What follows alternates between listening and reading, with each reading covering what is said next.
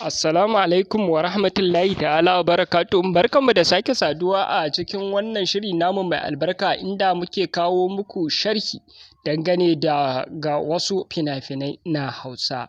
A wannan karo za mu yi sharhinmu ne a dangane da fim ɗin Jamilun Jiddan, wanda fim ne wanda ya kawo kallo kuma ya zo da sabon salo wanda yake nuna asalin gogaggun 'yan boko da kuma ɓangare na waɗanda suke da karatun addini, ta fuskan da 'yan boko suke kallon rayuwa da kuma fuska da kuma take kallon rayuwa ta gaskiya da gaskiya ta fannin karatun addini da koyarwan Islama. Haƙiƙa a wannan fim ɗin mun ga yadda Farfesu yake gudanar da gidansa da kuma yanayin yadda ya baiwa ɗan malami ɗiyarsa. Muna ganin yadda ake ta fafatawa, tura dai ta kai bango, inda a lokacin da aka ba shi dai aure an yi da yarjejeniyan ba zai ƙara aure ba, duk da bai amince da wannan yarjejeniya tasu ba.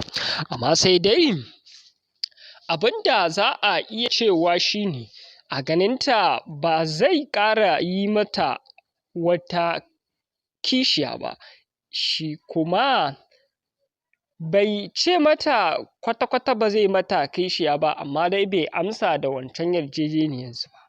Kwatsam sai ga shi ya tsinci kansa da wata wacce take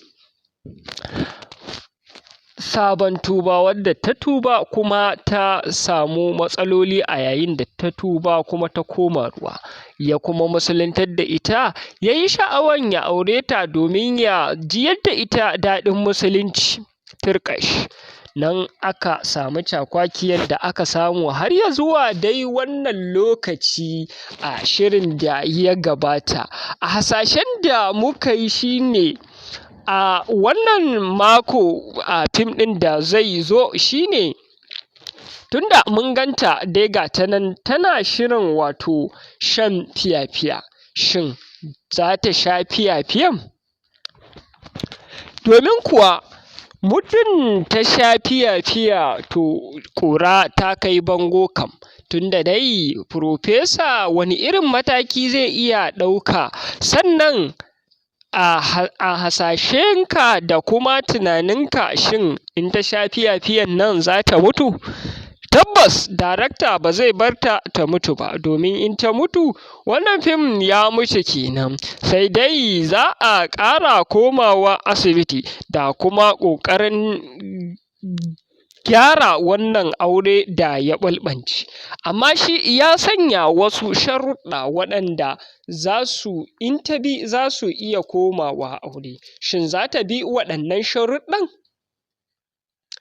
Idan ba ta bi wannan sharuɗɗa ba fa, to sai dai kowa ya kame kansa.